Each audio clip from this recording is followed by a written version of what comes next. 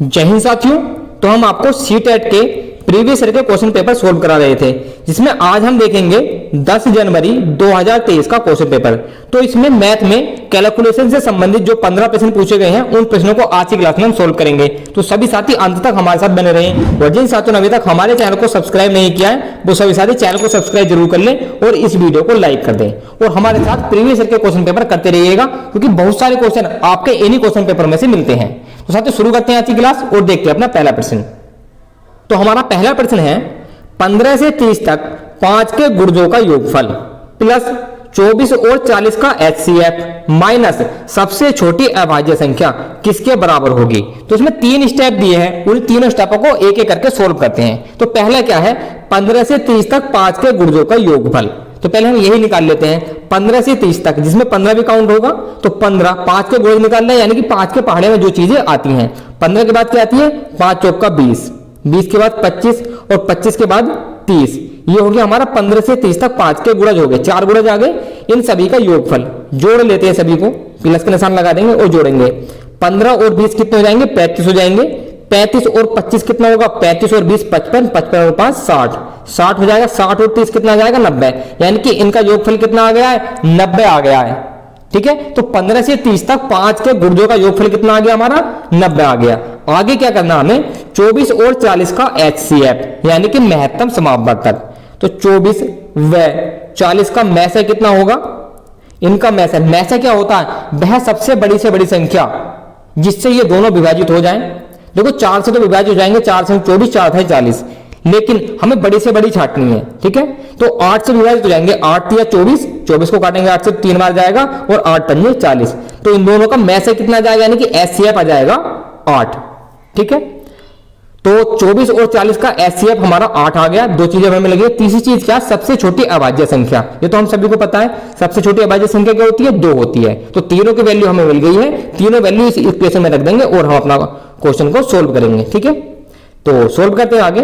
90 plus के 8 minus का 2, ये इक्वेशन बन गई। इसको सोल्व करेंगे तो 90 और 8 98, 98 में से अगर हम 2 माइनस कर रहे तो कितना बचेगा, 96। तो हमारा आंसर निकल कर आता है 96। अब ऑप्शन देख लेते हैं 96 किस ऑप्शन में है। तो 96 दिया हुआ हमें ऑप्शन नंबर 3 में। तो ऑप्शन नंबर 3 इस प्रश्न के लिए बिल्कुल सही आंसर हो जाएगा। तो आशा करता हूं ये क्वेश्चन आप सभी को बहुत ही अच्छे से समझ में आ गया होगा। चलिए अगला प्रश्न देखते हैं, प्रश्न नंबर 2।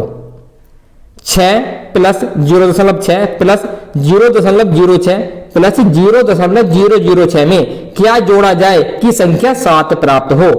तो इस तरह के क्वेश्चनों में क्या करते हैं, इन सभी को जोड़कर 7 में से घटा देते हैं, और जो हमारा घटकर आएगा वही इसमें जोड़ देंगे तो हमें 7 प्राप्त होगा। ठीक है, तो पहले इन सभी का योगफल निकाल लेते हैं। ठीक है, तो इनको कैसे जोड़ेंगे, स्तंभ विधि से जोड़ेंगे। ठीक है, इस तरीके से लिख लेते हैं 6 0.6 0.06 और 0.006। अब जहां पर अंकों की कमी होती है वहां पर दशमलव लगाकर 0 बढ़ा लेंगे। यहां पर भी 2 0 लिख लेंगे और यहां पर भी 2 0 लिख लेंगे। और 0 लिखने का मकसद क्या है कि हमारी कैलकुलेशन आसान हो जाए। ठीक है, जोड़ेंगे 6 आ जाएगा, यहां जोड़ेंगे 6 आ जाएगा, यहां जोड़ेंगे 6 आ जाएगा, दशमलव की जगह दशमलव और यहां पर आ जाएगा 6। तो इनका योगफल, ये जो इक्वेशन दे रखी थी, इसका योगफल आ गया 6.666। अब 7 में से इसको घटा देंगे। ठीक है, यहीं पर घटा लेते हैं, इधर को लिखकर 7 में से इसको घटा लेंगे 6.666। तो दशमलव लगाकर 7 में भी 3 0 लिख लेंगे, इस तरीके से घटाएंगे। यहां से दहाई लेंगे, 7 से यहां 10 हो जाएगा, और यहां पर क्या बचेगा, 6 बचेगा। आगे ध्यान रखना है आपको, यहां पे दहाई लेंगे फिर यहां पे दहाई लेंगे, तो यहां पर फाइनली 10 हो जाएगा लास्ट में। 10 में 6 घटाएंगे 4 बचेगा, यहां पर 9 बचेगा, 9 में से 6 घटाएंगे 3 बचेगा, और यहां पर भी 9 बचेगा, 9 में से 6 घटाएंगे तो 3 बचेगा, दशमलव की जगह दशमलव, और यहां पर क्या बचा था, 6 बचा था, क्योंकि हमने दहाई ले ली थी, और 6 में 6 घटाएंगे तो 0 बचेगा। ठीक है, तो हमारा जो उत्तर निकल कर आ रहा है वो आ रहा है 0.334, जो कि है हमारा ऑप्शन नंबर 2, 0.334। तो ऑप्शन नंबर 2 इस प्रश्न के लिए बिल्कुल सही आंसर होगा। चलिए अगला प्रश्न देखते हैं, प्रश्न नंबर 3। 5 क्रमागत सम संख्याओं का योगफल 60 है। 5 क्रमागत सम संख्याओं का योगफल दिया हुआ है 60। आगे देखेंगे, यदि अगली 2 सम संख्याएं भी उसमें जोड़ दी जाए, मतलब आगे की 2 संख्याएं और जोड़ दी जाए, तो योगफल क्या होगा यह हमें बताना है। ठीक है, मान लिया हमारी पहली सम संख्या है x, पहली सम संख्या क्या है, x है, कोमा, तो अगली सम संख्या क्या आएगी, अगर उसमें हम 2 जोड़ दें तो हमारी अगली सम संख्या आ जाएगी। जैसे हमारी पहली सम संख्या 6 मान लेते हैं, तो उसमें 2 जोड़ेंगे तभी तो हमारी अगली सम संख्या आएगी ना 8। ठीक है। तो इसी तरीके से इसमें जोड़ देते हैं तो x प्लस का 2, ये हो जाएगी हमारी दूसरी सम संख्या, ठीक है। तीसरी निकालने के लिए क्या जोड़ेंगे, x प्लस का 4 जोड़ देंगे। चौथी निकालने के लिए x प्लस का 6 जोड़ देंगे और पांचवी निकालने के लिए x प्लस का 8 जोड़ देंगे। तो हमारी 5 सम संख्या हो गई x plus 2, x plus 4, x plus 6 और x प्लस का 8, और इन सभी का योग कितना दे रखा है, 60 दे रखा है। तो इन सभी का योग कर लेंगे, इन सभी के लिए प्लस का निशान लगा देंगे इस तरीके से, ठीक है। प्लस का निशान लगा दिया, अब जोड़ लेंगे। x कितने हैं, 1 2 3 4 5, तो यहां पर है 5x है हमारे, ठीक है, 5x। और संख्याएं कितनी होगी, 2 और 4 6, 6 और 6 12, 12 और 8 20। 5x प्लस के 20 बराबर किसके है, 60 के, क्योंकि ऊपर हमें दिया हुआ है 60। यहां से हम x की वैल्यू निकाल लेंगे, x की वैल्यू निकाल लेंगे तो क्या आ जाएगा, हमारे पास हमारी 5 सम संख्याएं आ जाएंगी क्रमागत, ठीक है। सोल्व करते हैं आगे। 5x 60 माइनस का 20, ये 20 इधर जाएगा तो माइनस में जाएगा, घटाएंगे तो हमारा आगे आ जाएगा 5x बराबर 60 में से 20 घटाया 40 बचेगा, ठीक है। 60 में से 20 घटाया 40, आगे 5 से 40 को काटेंगे तो 8 बचेगा, x बराबर हो गया हमारा 8। तो हमारी पहली सम संख्या निकल कर आई है 8, ठीक है। तो पहली हमारी सम संख्या होगी 8, दूसरी क्या होगी, क्रमागत है, दो दो जोड़ते चले जाएंगे 10, तीसरी 12 हो गई और चौथी हमारी हो गई 14 और पांचवी होगी हमारी 16। तो हमारी 5 सम संख्याएं आ गई जिनका योगफल कितना था, जिनका योगफल था हमारा 60। अब क्वेश्चन देख लेते हैं, क्वेश्चन में क्या बोला गया है। क्वेश्चन में बोला गया है कि यदि अगली 2 सम संख्याएं भी उसमें जोड़ दी जाएं तो योगफल क्या होगा। अब आगे की 2 सम संख्याएं और जोड़ने इसमें क्रमागत, तो 16 के बाद क्या आएगा, 16 के बाद आएगा 18 और 18 के बाद आएगा 20। तो योगफल निकालना है। इन 5 का योगफल तो हमें ऑलरेडी दिया हुआ है 60। अब आगे क्या करेंगे, इस वाले का योगफल लिख लेंगे 18 प्लस का 20, जोड़ेंगे 60 और 18 कितना होगा, 78 हो जाएगा। 78 और 20 कितना होगा, 98, यानी कि 98 हो जाएगा। आगे की 2 सम संख्याएं और जोड़ दें तो हमारा योगफल कितना हो जाएगा, 98 हो जाएगा। ऑप्शंस देख लेते हैं, 98 हमें किस ऑप्शन में दिया हुआ है। तो 98 दिया हुआ है हमें ऑप्शन नंबर 4 में, तो ऑप्शन नंबर 4 इस प्रश्न के लिए बिल्कुल सही आंसर होगा। तो आशा करता हूं यह क्वेश्चन आप सभी के समझ में आ गया होगा। चलिए अगला प्रश्न देखते हैं, प्रश्न नंबर 4। स्केल, पेंसिल तथा रबड़ क्रमशः 6, 10 तथा 12 के पैकेटों में उपलब्ध है। मतलब एक पैकेट में 6 स्केल आते हैं और दूसरे पेंसिलों के पैकेट में 10 पेंसिल आती हैं एक पैकेट में, और रबड़ के पैकेट में एक पैकेट में 12 रबड़ आती हैं। यदि कोई दुकानदार तीनों वस्तुएं समान संख्या में खरीदना चाहता है कि उसको स्केल भी, पेंसिल भी और रबड़ भी समान संख्या में मिले, तो उसे स्केल, पेंसिल तथा रबड़ के क्रमशः कम से कम कितने पैकेट खरीदने होंगे। तो इस तरह के क्वेश्चन में हम एलसीएम निकालते हैं पहले, ठीक है। तो 6, 10 और 12 का एलसीएम निकालेंगे, 6, 10 और 12 का, इनका एलसीएम निकालेंगे। एलसीएम हमारा आ जाएगा 6 10 60 और 12 5 60, हाँ इसका एलसीएम आ जाएगा 60, ठीक है। एलसीएम निकल करके आ गया है 60 आ गया है। अब 6 से इसको भाग देंगे, एलसीएम को कितना आ जाएगा, 10 आ जाएगा। इस 10 से भाग देंगे तो कितना आएगा, 6 आ जाएगा, 10 छक्के 60, और 12 से अगर भाग देंगे 60 को तो हमारा कितना आएगा, 5 आ जाएगा। यानी कि हमें जो 10 पैकेट खरीदने होंगे, किसके खरीदने होंगे, स्केल के। स्केल के 10 पैकेट खरीदने होंगे और पेंसिल के हमें 6 पैकेट खरीदने होंगे और रबड़ के हमें 5 पैकेट खरीदने होंगे, ठीक है। अब ऑप्शन दे लेते हैं, 10, 6 और 5 किसमें दिया हुआ है। तो ऑप्शन नंबर 3 10, 6, 5 ऑप्शन नंबर 3 में दिया हुआ है। तो ऑप्शन नंबर 3 इस प्रश्न के सही आंसर हो जाएगा। बहुत ही आसान क्वेश्चन था, ठीक है। हमने इस क्वेश्चन में किया क्या है, पहले एलसीएम निकाला है 60 और फिर इन पैकेटों में जो संख्या थी इस संख्या से इसको भाग दे दिया 60 को, हमारे नंबर निकलकर आ गए हैं पैकेटों के 10, 6, 5। चलिए अगला प्रश्न देखते हैं, प्रश्न नंबर 5। शिवानी को एक परीक्षा में प्रथम आने पर उसकी मां ने उसे 300 रुपए दिए। शिवानी अपनी कक्षा में प्रथम आई एक में, तो उसको 300 रुपए दिए। तो उसने उस धनराशि में से 1/4 अपने भाई को दे दिया। उस धनराशि में से, यानी कि 300 में से 1/4, 1/4 काटेंगे, 4 सत्ते 28, तो 2 बचेगा, 4 पंजे 20, यानी कि 75 रुपए। 75 रुपए उसने किसे दे दिए हैं, अपने भाई को, अपने भाई को दे दिए हैं। तो बची हुई धनराशि, अब 300 में से 75 रुपए तो निकल गए, कितने बचे, 300 में से 75 निकल गए, घटा देंगे, कितना बचेगा, यहां पर 10 हो जाएगा, 10 में से 5 घटाएंगे, 5 बचेगा, यहां पर बचेगा 9, 9 में से 7 घटाएंगे, 2 बचेगा, और यहां पर बचेगा 2, 225 रुपए बचे हैं। और उसने 225 रुपए का क्या किया है, देखेंगे आगे। बची हुई राशि का 1/3 अपनी छोटी बहन को दे दिया। 1/3, 225 का 1/3 यानी कि 1/3 काटेंगे, 3 छंग 18, 3 सत्ते 21, और 3 पंजे 15, यानी कि 75 रुपए ही। 75 रुपए उसने अपनी छोटी बहन को दे दिए तथा बची हुई धनराशि अपने पास रख ली। तो अब उसके पास कितने रुपए बचे? 225 में से 75 रुपए और उसने दे दिए। 225 में से 75 दे दिए तो घटा देंगे, कितना बचेगा? 5 में से 5 घटाएंगे 0 बचेगा, यहाँ पर हो जाएगा 12, 12 में से 7 घटाएंगे 5 बचेगा, यहाँ पर बचेगा 1। 150 रुपए उसके पास अभी बचे हैं। तो शिवानी ने कितनी धनराशि अपने लिए रखी? तो कितनी रखी है? कितना है हमारा आंसर? 150। तो 150 देख लेते हैं किस ऑप्शन में है। तो 150 हमारा दिया हुआ है ऑप्शन नंबर 2 में। तो ऑप्शन नंबर 2 इस प्रश्न के लिए बिल्कुल सही आंसर हो जाएगा। तो बहुत ही आसान क्वेश्चन था। चलिए अगला प्रश्न देखते हैं, प्रश्न नंबर 6। राघव निम्नलिखित वस्तुएं खरीदना चाहता है, मूल्य तथा वांछित मात्राएं नीचे दी गई हैं। इधर वस्तु दे रखी है, मूल्य दे रखा है उसका प्रति किलो या जिस भी रूप में दे रखा हो, और यहाँ पर मात्रा कि जितनी मात्रा में उसे खरीदना है। दूध दे रखा है 50 रुपए प्रति लीटर और 1 लीटर दूध उसे खरीदना है तो उसको चाहिए 50 रुपए। ठीक है, यहाँ पे लिख लेंगे। दही 80 रुपए प्रति किलोग्राम है तो 250 ग्राम दही कितने रुपए का हो गया? 80 के हिसाब से 250 ग्राम दही कितने का हो गया? 1/4 का हो गया, यानी कि आधा किलो हो गया 40 रुपए का और 250 ग्राम हो गया हमारा 20 रुपए का। 20 रुपए का दही हो गया। आम की बात करें, आम की बात करें तो 60 रुपए प्रति किलोग्राम, और आम कितने चाहिए? 1.5 किलो चाहिए। तो इतना हिसाब तो हम सभी ऐसे ही लगा लेंगे ना, 1 किलो आम 60 रुपए के, 1.5 किलो कितने के? 30 और जोड़ दो आधा करके, यानी कि 90 रुपए के। ठीक है, आगे केले 4 रुपए प्रति एक केले का मूल्य दे रखा 4 रुपए और केले खरीदने आधा दर्जन। आधा दर्जन का मतलब कितना होता है?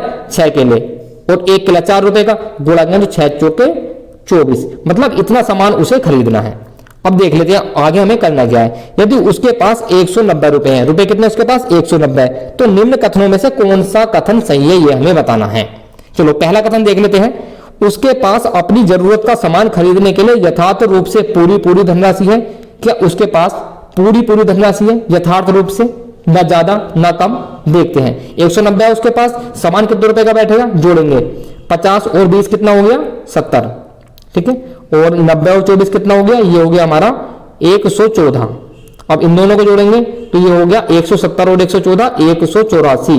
184 रुपए का सामान है उसके पास कितने रुपए हैं? 190 रुपए हैं, मतलब थोड़े से रुपए ज्यादा है। तो यथार्थ रूप से पूरी धनराशि तो नहीं है, तो ऑप्शन नंबर 1 हमारा सही नहीं होगा। दूसरा देखते हैं, उसके पास 6 रुपए कम पड़ रहे हैं। 190 उसके पास है, सामान 184 का, तो 6 रुपए कम नहीं पड़ने बल्कि उसके पास 6 रुपए ज्यादा है। तो ऑप्शन नंबर 2 भी हमारा सही नहीं है। आगे देखेंगे ऑप्शन नंबर 3, उसके पास पर्याप्त धनराशि है जिससे वह 75 ग्राम दही और खरीद सकता है। देखो उसके पास कितने रुपए बच गए थे? 190 रुपए उसके पास थे और 184 रुपए का उसका सामान आना है, तो 6 रुपए बचे। क्या 6 रुपए में 75 ग्राम दही मिल जाएगा? 6 रुपए में 75 ग्राम दही मिल जाएगा। 250 ग्राम की कीमत कितनी आई है? 20 रुपए। 250 ग्राम की कीमत कितनी आई है? 20 रुपए, यानी कि 250 ग्राम दही कितने रुपए का? 20 रुपए का। ठीक है, ध्यान दीजिएगा यहाँ पर 250 ग्राम दही है 20 रुपए का, तो 1 ग्राम कितने का? 20/250, और हमें निकालना कितना? 75 ग्राम। 75 ग्राम कितने रुपए का? 20/250 गुणा 75। सोल्व कर लेंगे। ठीक है, आगे इसको सोल्व करते हैं तो 0 से 0 कट जाएगा, 25 का 25 और 25 दिया 75, 3 की 200 गुणा करेंगे 3 दूनी 6। बिल्कुल सही आंसर आ रहा है, 6 रुपए का मिलेगा 75 ग्राम दही। तो 6 रुपए उसके पास एडवांस भी है, 6 रुपए उसके पास एडवांस भी है। तो ऑप्शन नंबर 3 कि उसके पास पर्याप्त धनराशि है जिससे वह 75 ग्राम दही और खरीद सकता है, यह हमारे प्रश्न का सही आंसर होगा, ऑप्शन नंबर 3। तो आशा करता हूं यह क्वेश्चन आप सभी को बहुत ही अच्छे समझ में आ गया होगा। चलिए अगला प्रश्न देखेंगे, प्रश्न नंबर 7। निम्न कथनों में से कौन सा सत्य है? 3 समकोण इक्वल टू 300। ठीक है, सोल्व कर लेते हैं। 3 समकोण का मतलब होता है 90 डिग्री। ठीक है, 90 डिग्री, तो सोल्व करेंगे 9 तिया 27 270, तो ये हमारा गलत आ रहा है, यहां पर 300 दिया हुआ है। दूसरा देखते हैं, 3 सही 1/2 समकोण, 3 सही 1/2, इसको आगे सोल्व करेंगे गुणा 90। ठीक है, सोल्व करेंगे, यहां पर गुणा कर देंगे, यहां पर प्लस, यानी कि 2 तिया 6 और 1 7, 7/2, 7/2 गुणा 90। काटेंगे, 2 से काटेंगे, कितनी बार कटेगा? 2 चौके 8, 2 पंजे 10, 45 बार, और 7 को 45 की गुणा करके 7 पंजे 35 का 5 हासिल लगे 3, और 7 चौक 28 और 3 31, 315। 315 ही आ रहा हो, यहां पर भी 315 दिया हुआ, तो ऑप्शन नंबर 2 हमारा प्रश्न का सही आंसर हो जाता है। चलिए अगला प्रश्न देखेंगे, प्रश्न नंबर 8। निम्न में से कौन सी एक समकोण त्रिभुज की भुजाओं की लंबाइयां नहीं हो सकती हैं? साथियों नहीं वाले क्वेश्चन को जरा ध्यान से पढ़ना, यहीं पर अक्सर हमारी गलती होती है। तो हमसे पूछा गया है कि निम्न में से कौन सी एक समकोण त्रिभुज की भुजाओं की लंबाइयां नहीं हो सकती हैं। अब समकोण त्रिभुज की भुजाइयों की लंबाई की कंडीशन होती क्या है? देखो, जो सबसे बड़ी भुजा होगी ना, इसमें पहला ऑप्शन करके देखते हैं। जो सबसे बड़ी भुजा होगी इसका स्क्वायर बराबर बाकी दो के स्क्वायर का योग, बाकी दो के वर्गों के योग के बराबर होगा। ठीक है, बाकी दो कौन सी बची? 15 का स्क्वायर प्लस के 8 का स्क्वायर। अगर ये दोनों बराबर आते हैं तो ये समकोण त्रिभुज की भुजाएं हैं, अगर बराबर नहीं आती तो समकोण त्रिभुज की भुजाएं नहीं है। इसी प्रकार एक एक करके हम सभी को चेक कर लेंगे। तो 17 का स्क्वायर कितना होता है? 289 बराबर 15 का होता है 225 प्लस का 8 का होता है 64। जोड़ेंगे 289 बराबर 225 प्लस 64, 5 और 4 9 और 6 और 2 8 और 2, ये तो बराबर आ रहा है। तो यानी कि समकोण त्रिभुज की भुजाएं हैं। हमें देखना जो भुजाएं नहीं है। चलिए अगला देखेंगे, और अगला देखने से पहले इसको पहले हटा देते हैं। ठीक है, दूसरा देखेंगे 6 8 और 10। सबसे बड़ी भुजा क्या है? 10 है, तो 10 का स्क्वायर बराबर 8 का स्क्वायर प्लस का 6 का स्क्वायर। 10 दाई 100 इक्वल टू 8 अट्ठे 64 प्लस का 6 छन 36। जोड़ेंगे तो 100 बराबर और 6 4 10 का 0 हासिल लगा 6 और 3 9 और 1 हासिल का 10 100। ये भी हमारा बराबर आ रहा है, तो ये भी हमारे ऑप्शन का आंसर नहीं होगा। ऊपर वाले दोनों एलिमिनेट हो गए। ठीक है, अब इसका तीसरा पार्ट सोल्व करते हैं।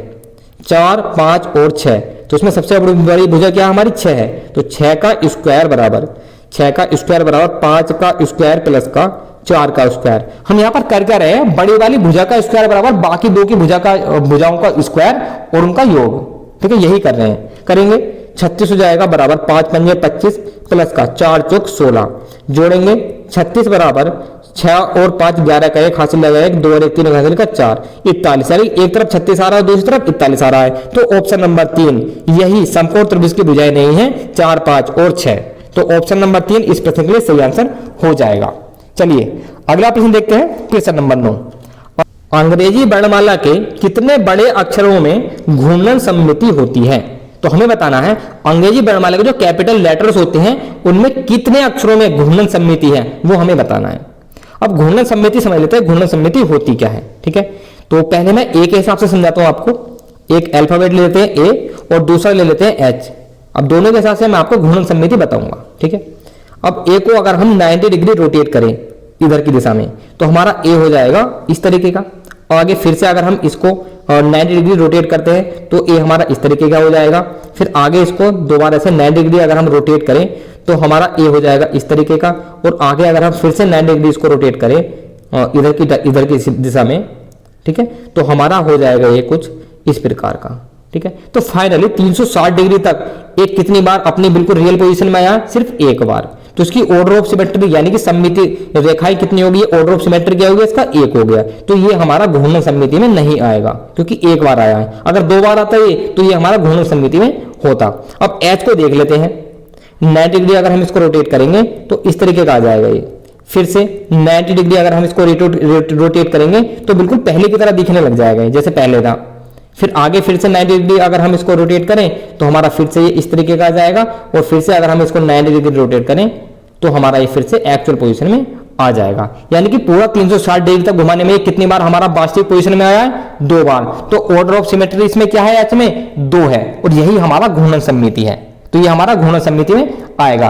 तो हमें बताना है कि टोटल इस तरीके के कितने अल्फाबेट्स हैं अंग्रेजी वर्णमाला में। ठीक है, तो मैं आपको डायरेक्ट सभी को तो करके नहीं दिखा सकता, मैं आपको डायरेक्ट वो लेटर्स बता देता हूं। ठीक है, पहला लेटर है हमारा एच। एच में घूर्णन सममिति होती है। एच के बाद आई, आपको देखकर ही पता लग जाएगा। आई में भी घूर्णन सममिति होती है। आई के बाद एन, एन में घूर्णन सममिति होती है। ओ में भी घूर्णन सममिति होती है। एस में घूर्णन सममिति होती है। इसके बाद एक्स और जेड, इनमें भी घूर्णन सममिति होती है। यानी कि टोटल हमारे कितने हो गए? 1 2 3 4 5 6 7। तो हमारे टोटल 7 अल्फाबेट्स ऐसे निकल कर आते हैं अंग्रेजी की वर्णमाला में जिनमें घूर्णन सममिति होती है। तो ऑप्शन नंबर देख लेते हैं 7 किसमें दिया हुआ है? ऑप्शन नंबर 7 दिया हुआ ऑप्शन नंबर 3 में। तो ऑप्शन नंबर 3 इस प्रश्न के लिए बिल्कुल सही आंसर हो जाएगा। अंग्रेजी वर्णमाला के 7 ऐसे लेटर हैं जिनमें की घूर्णन सममिति है। अब घूर्णन सममिति, इन सभी के घूर्णन सममिति के लिए मैं एक अलग से वीडियो बना दूंगा आपके लिए कि एच में किस प्रकार होगी, आई में किस प्रकार होगी, एन में किस प्रकार होगी, ओ में किस प्रकार होगी। यहाँ पर हम प्रीवियस ईयर के क्वेश्चन पेपर सोल्व कर रहे हैं तो इसमें हम ज्यादा टाइम खराब नहीं कर रहे हैं। ठीक है, इसके लिए मैं अलग से आपके लिए एक वीडियो बना दूंगा। चलिए अगला प्रश्न देखेंगे, प्रश्न नंबर 10। एक 12 सेंटीमीटर लंबी और 8 सेंटीमीटर चौड़ी आयताकार शीट के सभी कोनों से 3 सेंटीमीटर भुजा के वर्ग काट लिए गए, तो इस प्रकार शेष बची शीट का क्षेत्रफल क्या होगा ये हमें बताना है। ठीक है, दे के रखा है, एक आयताकार शीट दे रखी है, तो एक आयताकार शीट ले लेते हैं यहां पर। तो इस प्रकार के कुछ एक आयताकार शीट दे रखी है। अब आगे क्या करा गया, उसकी लंबाई चौड़ाई दे रखी है, लंबाई दे रखी है इसकी 12 सेंटीमीटर, लंबाई 12 दे रखी है और चौड़ाई दे रखी है 8 सेंटीमीटर।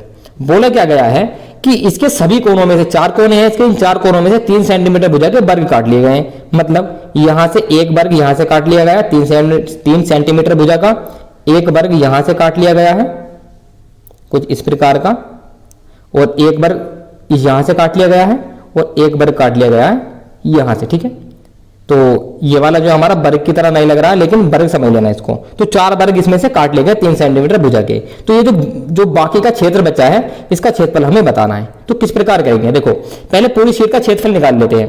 पूरी शीट का क्षेत्रफल निकालेंगे और इन चारों वर्गों का क्षेत्रफल निकाल लेंगे और शीट के क्षेत्रफल में से इनका क्षेत्रफल घटा देंगे, तो बची हुई जो शीट है इसका क्षेत्रफल आ जाएगा। तो पहले शीट का क्षेत्रफल निकालते हैं। पूरी शीट का आयताकार शीट है, लंबाई चौड़ाई 12 और 8 दे रखी है, तो आयताकार शीट का क्षेत्रफल निकालेंगे कैसे, लंबाई गुणा चौड़ाई, 12 गुणा 8 यानी कि 12 अट्ठे 96 सेंटीमीटर का स्क्वायर पूरी शीट का क्षेत्रफल आ गया है।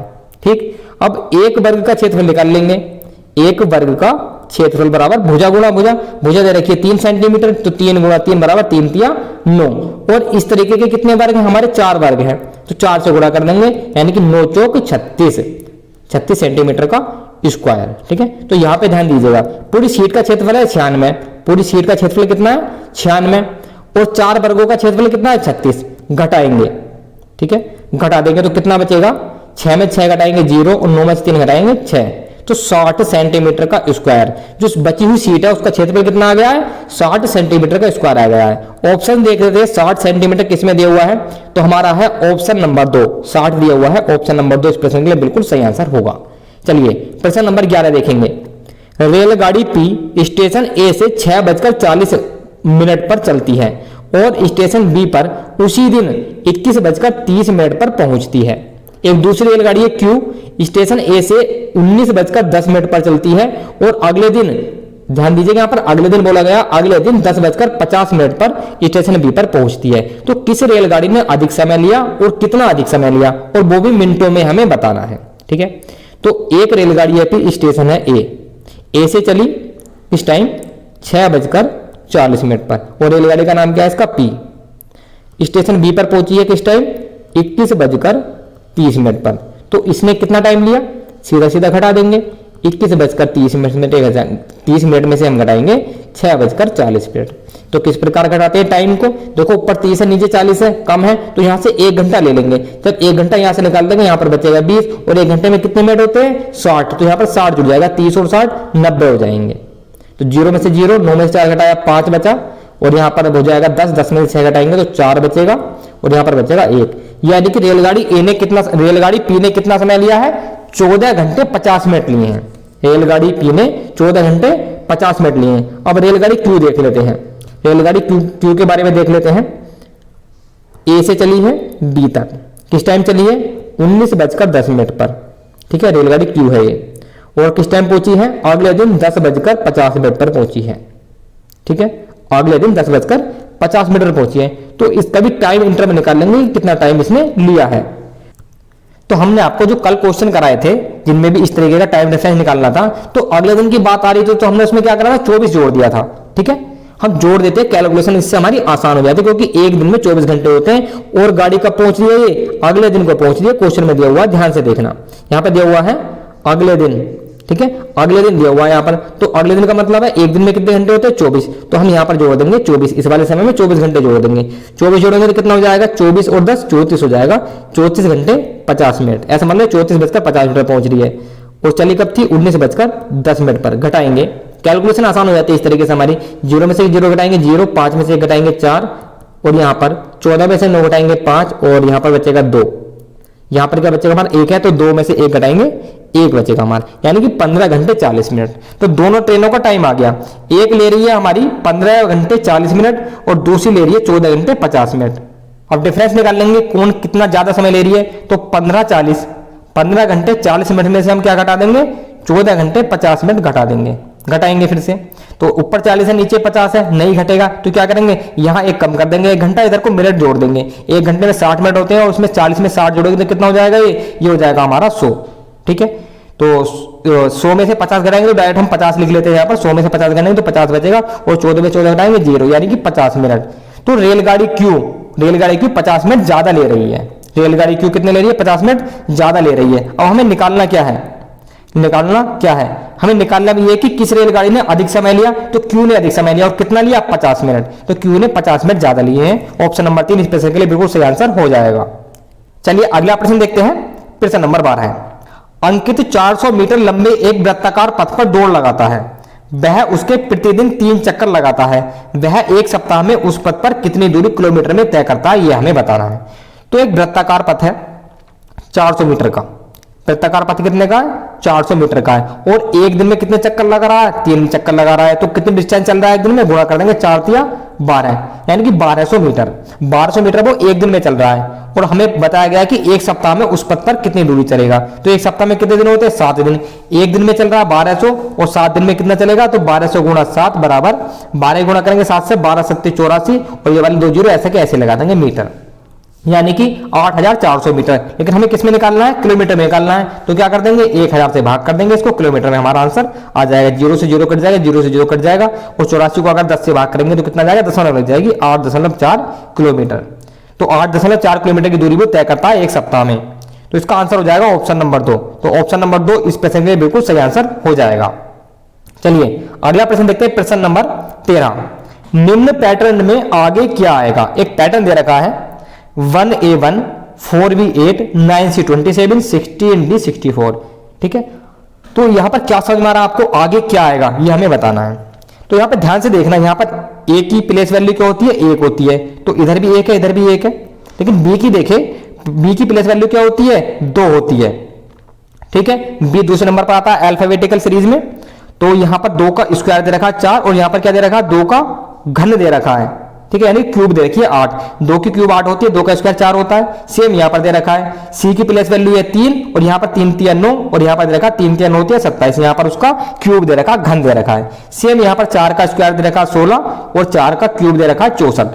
तो ऐसे ही आएगा हमारे यहां पर। डी के बाद क्या आती है, ई आती है। डी के बाद क्या आती है, ई की प्लेस वैल्यू क्या होती है 5। तो यहां पर आएगा 5 का स्क्वायर यानी 5 पंजे 25 और यहां पर क्या आएगा 5 का क्यूब, 5 पंजे 25 पंजे 125। तो 25E 125 हमारा यहां पर आएगा। अब किस ऑप्शन में है ये, यह ऑप्शन नंबर 3 में 25E 125। तो ऑप्शन नंबर 3 इस प्रश्न के लिए सही आंसर हो जाएगा। चलिए सेकंड लास्ट क्वेश्चन देखते हैं अपने आज की क्लास का। एक विद्यालय में समूह गान प्रतियोगिता में प्रस्तुत सबसे अच्छा गाना चुनने के लिए 540 विद्यार्थियों ने मतदान किया। प्राप्त मतों के आधार पर इन समूह गानों ABCD को एक पाई चार्ट के रूप में निरूपित किया गया है, जिनके लिए वृत्त के केंद्र पर क्रमशः 120, 80, 70 और 90 के कोण बनते हैं। तो कितने विद्यार्थियों ने समूह गान बी के लिए मत दिया, यह हमें बताना है। ठीक है, तो पाई चार्ट बना लेते हैं। पाई चार्ट का मतलब होता है गोला बना लिया हमने इस तरीके से और इसमें कितने भाग बनाने, 4 ABCD। तो 4 भाग हम कुछ इस प्रकार के बना लेते हैं। ठीक है, कुछ 2 हो गए, 3 हो गए यहाँ पर और यहाँ पर बना लेते हैं 4। ठीक है, इस तरीके का बना लेते हैं।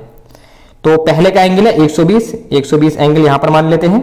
दूसरा है 80, तो 80 यहां पर मान लेते हैं। तीसरा है 70 यहां पर मान लेते हैं और 90 यहां पर मान लेते हैं और क्रमशः देकर रखें ABCD। तो A यहां पर लिख लेंगे, A 120 है और B 80 है, B यहां पर लिख लेंगे और C क्या है हमारा 70 है, C यहां पर लिख लेंगे, ये C है। ठीक है, ये C है और 90 क्या है, D है, D 90 है। ठीक है, और टोटल कितने हैं 540। यानी कि जो इसकी जो पाई चार्ट होगा इसकी टोटल वैल्यू कितनी होती है, टोटल एंगल कितना होता है, ये डिग्री में है सबके वैल्यू। ठीक है, डिग्री है ये 80 डिग्री 120 डिग्री। तो टोटल डिग्री कितनी होती है 360। टोटल डिग्री कितनी होती है 360 डिग्री। लेकिन 360 डिग्री तो टोटल होती है, लेकिन यहां पर विद्यार्थी कितने हैं टोटल 540। तो ये 360 डिग्री किसके बराबर होंगी, 540 के बराबर होगा। यहां से 1 डिग्री वैल्यू निकालेंगे। 1 डिग्री बराबर क्या होगा, 540 बटे 360। 0 से 0 काटेंगे, 18 दूनी 36, 18 दूनी 36 और 18 तिया 54। 18 दूनी 36 और 18 तिया 54 हो जाएगा, यानी कि 3/2। ठीक है, तो 1 डिग्री की वैल्यू कितनी आ गई है, 1 डिग्री बराबर 3/2। अब हम जिस डिग्री की वैल्यू निकलवानी है उसकी निकाल लेंगे। तो किसकी पूछी है इसमें पूछी है समूह बी, समूह गान बी के लिए। तो बी की कितनी डिग्री है, बी की है हमारी 80 डिग्री, तो 80 डिग्री की वैल्यू निकाल लेंगे। 80 डिग्री बराबर 80 गुणा 3/2, 2 से काटेंगे, 2 चौके 8 0, और 40 की 3 की गुणा कर देंगे तो 3 चौके 12, यानी कि 120 मत आए समूहगान बी की तरफ। अब ऑप्शन देख लेते हैं 120 किसमें दिया हुआ है, तो 120 हमारा दिया हुआ है ऑप्शन नंबर 2 में, तो ऑप्शन नंबर 2 इस प्रश्न के लिए सही आंसर हो जाएगा। इस तरीके से हम 120 के लिए भी निकाल सकते हैं। 120 डिग्री की वैल्यू, 1 डिग्री की वैल्यू है 3/2, तो 120 की कितनी होगी, 120 से गुणा कर देंगे, जिसकी भी निकाल ली उसी से हम 3/2 में गुणा कर देंगे। ठीक है, तो इस प्रकार से ये क्वेश्चन करे जाते हैं। चलिए अगला प्रश्न देखेंगे, और आज की क्लास का हमारा लास्ट प्रश्न होने वाला है। निम्न तालिका में 4 मित्रों के अंग्रेजी और गणित में प्राप्तांक दर्शाए गए हैं। 4 मित्र हैं, योगेश, जोसफ, विनीता और देविका, और अंग्रेजी और गणित में जितने नंबर मिले वो यहाँ पर दर्शाए गए हैं। ठीक है, अब नीचे दिए गए विकल्पों में से सही विकल्प क्या है वो बताना है। जोसफ को अंग्रेजी में अधिकतम लेकिन गणित में न्यूनतम अंक मिले हैं। जोसफ को अंग्रेजी में अधिकतम, तो जोसफ कहाँ है, ये है, जोसफ के अंक ये हैं, यहाँ पर कर लेते हैं इस तरीके से। तो जोसफ के अंक है 75, जो अंग्रेजी में अधिकतम है, बिल्कुल सही बात है, अंग्रेजी में तो अधिकतम है, सबसे ज्यादा जोसफ के ही है, लेकिन गणित में इसके सबसे कम, इसमें बोला गया सबसे कम मिले हैं गणित में इसको, तो गणित में यहाँ पर निशान लगा लेते हैं इस तरीके से, तो गणित में इसको मिले जोसफ को 68, लेकिन सबसे कम नहीं है, क्योंकि सबसे कम मिले हैं योगेश को 64, तो ऑप्शन 1 सही नहीं है। दूसरे की बात करते हैं, देविका को अंग्रेजी और गणित दोनों में मिलाकर अधिकतम अंक मिले हैं। देविका को अंग्रेजी और गणित दोनों में मिलाकर, अब सभी का टोटल करना पड़ेगा, पहले इसका टोटल करते हैं, 4 और 2 6, और 7 और 6 13, 136। इसकी बात करें तो 8 और 5 13 का 3 हासिल लगा 1, 7 6 13 हासिल का 14, 143। इसकी बात करें तो 9 9 18 का 8 हासिल लगा 1, 7 और 6 13 हासिल का 14, 148। और देविका के जोड़े तो 6 और 3 9, 7 और 7 14, 149। तो इसमें बोला गया देविका को अंग्रेजी और गणित दोनों में मिलाकर अधिकतम अंक मिले हैं, तो बिल्कुल सही बात है, सबसे ज्यादा अंक इसी के ही हैं, दोनों में अगर टोटल किया जाए देविका के, तो ऑप्शन नंबर 2 इस प्रश्न के लिए बिल्कुल सही आंसर हो जाएगा। तो ये थे हमारे आज के 15 प्रश्न। तो आशा करता हूँ आप सभी को आज की क्लास बहुत अच्छी लगी होगी। अगर आपको ये सभी क्वेश्चन अच्छे समझ में आए हैं तो इस वीडियो को लाइक जरूर करें, और जिन छात्रों ने अभी तक हमारे चैनल को सब्सक्राइब नहीं किया वो सभी साथी चैनल को सब्सक्राइब जरूर कर लें। हम आपसे मिलेंगे अगली क्लास में। जय हिंद।